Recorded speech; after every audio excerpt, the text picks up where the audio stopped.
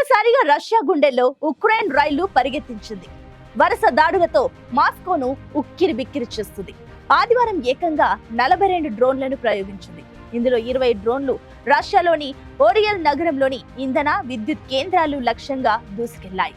కొన్ని డ్రోన్లు అక్కడి స్టాల్నోయ్ కోన్ చమురు కేంద్రంపై దాడి చేశాయి. దీంతో మంటలు చెలరేగాయి. ఈ విషయాన్ని స్థానిక గవర్నర్ క్లిచ్కోవ్ కూడా ధృవీకరించారు. అగ్నిమాపక దళాలు మంటలను ఆర్పేశాయని, ఎవరికి గాయాలు కాలేదని, పెద్దగా నష్టం జరగలేదని ఆయన చెప్పారు. కానీ అది నిజం కాదు. నష్టం పెద్ద స్థాయిలోనే జరిగింది. కానీ శత్రువు రెచ్చిపోతాడు కాబట్టి అదేమంతా పట్టించుకోదగ్గ నష్టం కాదన్నట్టుగానే రష్యా వ్యవహరించింది. రష్యాలోని ఇంధన విద్యుత్ సదుపాయాలను కీవ్ లక్ష్యంగా చేసుకోవడం ఈ వారంలో ఇది రెండోసారి. రష్యా కూడా గత కొన్ని నెలలుగా ఉక్రెయిన్లోని మౌలిక సదుపాయాలపై భారీ దాడులు చేస్తుంది. తాజాగా కీవ్లోని విద్యుత్ కేంద్రాలపై క్షిపణుల వర్షం కురిపించింది.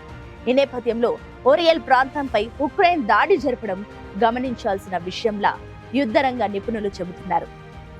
గత ఆదివారం రష్యా ఉక్రెయిన్ నగరాల లక్ష్యంగా 103 డ్రోన్లను ప్రయోగించిందని, ఇందులో 52 డ్రోన్లను నేల కూల్చామని, 44 డ్రోన్లు అసలు లక్ష్యాలనే చేరలేదని ఉక్రెయిన్ వాయుసేన తెలిపింది. ఓ వారం రోజుల యుద్ధంతో ఉక్రెయిన్ను దారికి తెచ్చుకుందామనుకున్న రష్యాకు తల బొప్పి కట్టినట్టు గుర్తించేసరికి చాలా ఆలస్యం జరిగిపోయింది. ఇంత సుదీర్ఘ కాలం వరకు యుద్ధంలో నిలదొక్కుంటుందని రష్యా ఊహించలేదు. కానీ అమెరికా, నాటో దేశాల సహకారంతో ఉక్రెయిన్ రష్యాను ధీటుగా ఎదుర్కొంటుంది. నిజానికి అత్యధికంగా రష్యా నష్టపోయిందని నిపుణులు చెబుతున్నారు. రష్యా ఉక్రెయిన్ యుద్ధం ఆ ఇరు దేశాలకు లేదా ఒక నిర్దిష్ట భౌగోళిక ప్రాంతానికి మాత్రమే పరిమితం కాలేదు. రష్యా దురాక్రమణ ప్రపంచంలో అనేక కీలక రాజకీయ, సైనిక, ఆర్థిక, దౌత్య సమీకరణాలకు దారితీసింది. ఒక దేశం మరో దేశంపై చేసిన దండయాత్రను ఖండించడానికి బదులుగా తమ దేశానికి సంబంధించి లాభ నష్టాల అంచనాలతో వివిధ దేశాలు ముందుకు వెళ్తున్నాయి. అమెరికా, యూరోపియన్ యూనియన్లు ఇప్పటికే రష్యాపై పలు ఆంక్షలు విధించాయి. అయితే ఆ ఆంక్షల నుంచి రష్యా చమురు, గ్యాస్ ఎగుమతులకు మినహాయింపు ఇవ్వడం ఆ దేశాల ద్వంద్వ నీతిని తెలియజేసింది. చమురు సరఫరా ద్వారా ప్రపంచ ఆర్థిక వ్యవస్థలో ప్రత్యక్షంగా లేదా పరోక్షంగా కీలక పాత్ర పోషిస్తున్న గల్ఫ్ దేశాలు ఈ పరిణామాలను నిశితంగా గమనిస్తున్నాయి. తమపై విధిస్తున్న ఆంక్షల కారణంగా పెరిగే ఇంధన ధరలపై ఐరోపా దేశాల ప్రభుత్వాలు తమ ప్రజలకు సంజాయిషి చెప్పుకోవడానికి సంసిద్ధం కావాలంటూ రష్యా హెచ్చరించింది. ఈ హెచ్చరికతో అంతర్జాతీయంగా చమురు ధరలు పెరిగిపోయాయి.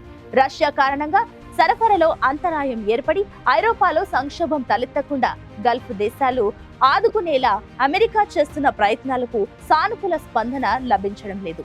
చమురు ఉత్పాదక గల్ఫ్ రాజ్యాలన్నీ కూడా తమ రక్షణ అవసరాల కొరకు మొదటి నుంచి అమెరికాపై ఆధారపడి ఉన్నాయి. అయితే గత 6 ఏళ్లుగా ప్రపంచ చమురు నిక్షేపాలపై పట్టు కోసం గల్ఫ్ దేశాలు రష్యా సంఘటితమయ్యాయి. సౌదీ అరేబియా ఆధిపత్యంలో ఉన్న ఓపెన్ పెట్రోలియం ఎగుమతి దేశాల సమైక్య తనతో రష్యాను కలుపుకొని ఓపెన్ ప్లస్ గా మారింది. ఆ తర్వాత ప్రపంచవ్యాప్తంగా పెట్రోలియం ధరలపై అవి పూర్తి పట్టును సాధించాయి. సున్నీ గల్ఫ్ దేశాలకు షియా ఇరాన్ కు ఏమాత్రం పడదు. దీనికి తోడుగా యూరప్ కు తమ చమురు, ఇంధనాన్ని చౌకగా రవాణా చేసేందుకు ఈ దాయాది దేశాలు చేస్తున్న ప్రయత్నాలలో సిరియా, లిబియాల పాత్ర అత్యంత కీలకమైనది. మధ్యధార సముద్రం మీదుగా నల్ల సముద్రం ద్వారా ఐరోపాకు చేరుకోవడం సులభం. సిరియా, లిబియాలలో జరుగుతున్న పోరాటం ఇందులో భాగమే. ఈ 2 దేశాలలో కూడా రష్యా సైనిక స్థావరాలు ఉన్నాయి. తనకు అండగా నిలుస్తున్న రష్యాకు అనుకూలంగా సిరియా ఓటు వేసింది. ఐక్యరాజ్య సమితి సర్వప్రతినిధి సభలో సిరియా, ఎరిట్రియాతో సహా కేవలం 5 దేశాలు మాత్రమే రష్యాకు అనుకూలంగా ఓటు వేస్తాయి. ఈ 2 దేశాలకు అమెరికా మిత్ర దేశాలైన అరబ్ రాజ్యాలతో వివాదాలు ఉన్నాయి. ఇరాక్ ఓటింగ్ కు దూరంగా ఉంది. Iran, United Arab Emirates, Algeria, Morocco కూడా భారత్ తరహా తటస్థ విధానంలో భాగంగా ఓటింగులో పాల్గొనలేదు. భారత్ తో పాటు చైనా, పాకిస్తాన్లు కూడా రష్యాకు పరోక్ష మద్దతుగా ఓటింగ్ లో పాల్గొనలేదు. ఈ దేశాలేవి కూడా రష్యాను ఖండించలేదు. ప్రస్తుతం ఐక్యరాజ్య సమితి భద్రతా మండలి అధ్యక్ష స్థానంలో ఉన్న యునైటెడ్ అరబ్ ఎమిరేట్స్ కూడా రష్యా వైపు మొగ్గు చూపుతుంది. ఇతర గల్ఫ్ దేశాలు కూడా ఇదే వైఖరిని అవలంబిస్తున్నాయి. అటు ఇరాన్ ను, ఇటు గల్ఫ్ దేశాలను, ఒకవైపు చైనా, పాకిస్తాన్లను, మరోవైపు భారతదేశాన్ని, ఇలా పరస్పర వైరుధ్యం కలిగిన దేశాలను ఎలాంటి ఆర్భాటం, ప్రచారం లేకుండా రష్యా తన పక్షాన నిలుపుకోవడంలో సక్సెస్ సాధించింది. ఇది దాని నిగూఢ దౌత్య నీతికి నిదర్శనం అంటున్నారు దౌత్య రంగ నిపుణులు. ఇన్ని చిక్కుముడులను ఎదుర్కొంటున్న రష్యా దౌత్య ప్రజ్ఞను ఈ విషయంలో మెచ్చుకోక తప్పదు. ఇక భారత్ విషయానికి వస్తే ప్రతిపక్షాల ఆరోపణలు ఏమైనా సరే దేశ ప్రయోజనాల దృష్ట్యా భారత ప్రధాని నరేంద్ర మోదీ అవలంబిస్తున్న వైఖరిని ప్రపంచం మెచ్చుకుంది. అరబ్ ప్రపంచంలోని ఇతర పెద్ద దేశాలైన ఈజిప్టు, ఇరాక్, ట్యునీసియా, లెబనాన్, యెమెన్ దేశాలలో రష్యా, ఉక్రెయిన్ల నుంచి వచ్చే గోధుమ పిండితో తయారయ్యే రొట్టెలు ప్రధాన ఆహారం. ధనిక గల్ఫ్ దేశాలతో పాటు యెమెన్, ట్యునీసియా మొదలగు పేద అరబు దేశాలలో కూడా ప్రజలందరికీ అవసరమైన రొట్టె పిండిని ప్రభుత్వాలే రాయితీపై సరఫరా చేస్తాయి.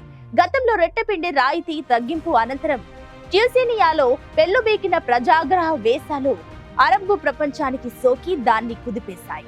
అమెరికాకు విశ్వసనీయ మిత్రులుగా ఉన్న కొందరు దేశాధినేతలు అధికారాన్ని కోల్పోగా మిగిలిన వారు అప్రమత్తమయ్యారు. ప్రస్తుతం అమెరికాలోనూ అధ్యక్షుడి మార్పు మరికొన్ని రోజులలోనే జరగనుంది. ఈ నేపథ్యంలో మిడిల్ ఈస్ట్ లో అనేక పరిణామాలు చోటు చేసుకుంటున్నాయి.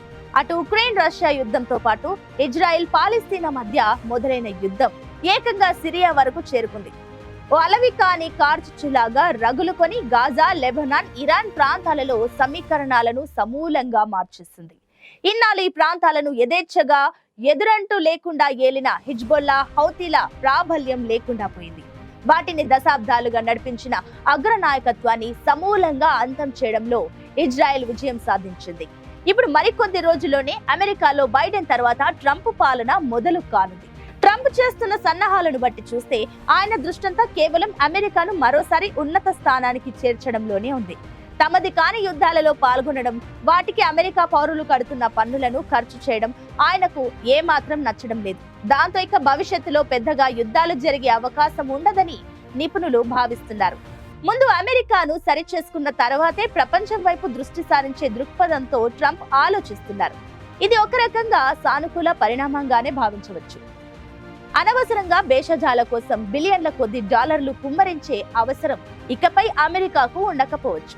ఇన్నాళ్ళు ఉక్రెయిన్ కు అందించిన నిధులు, ఆయుధాలు ఇకపై అమెరికా నుంచి అందకపోవచ్చు. అప్పుడు ఉక్రెయిన్ రష్యా యుద్ధం నిలిచిపోక తప్పదు. ఆరిపోయే దీపానికి వెలుగు ఎక్కువ అని అంటారు. అందుకే చివరి ప్రయత్నంగా రష్యాపై ఉక్రెయిన్ దాడి తీవ్రతను పెంచింది. ఇవి మరికొన్ని వారాల పాటు కొనసాగుతుంది.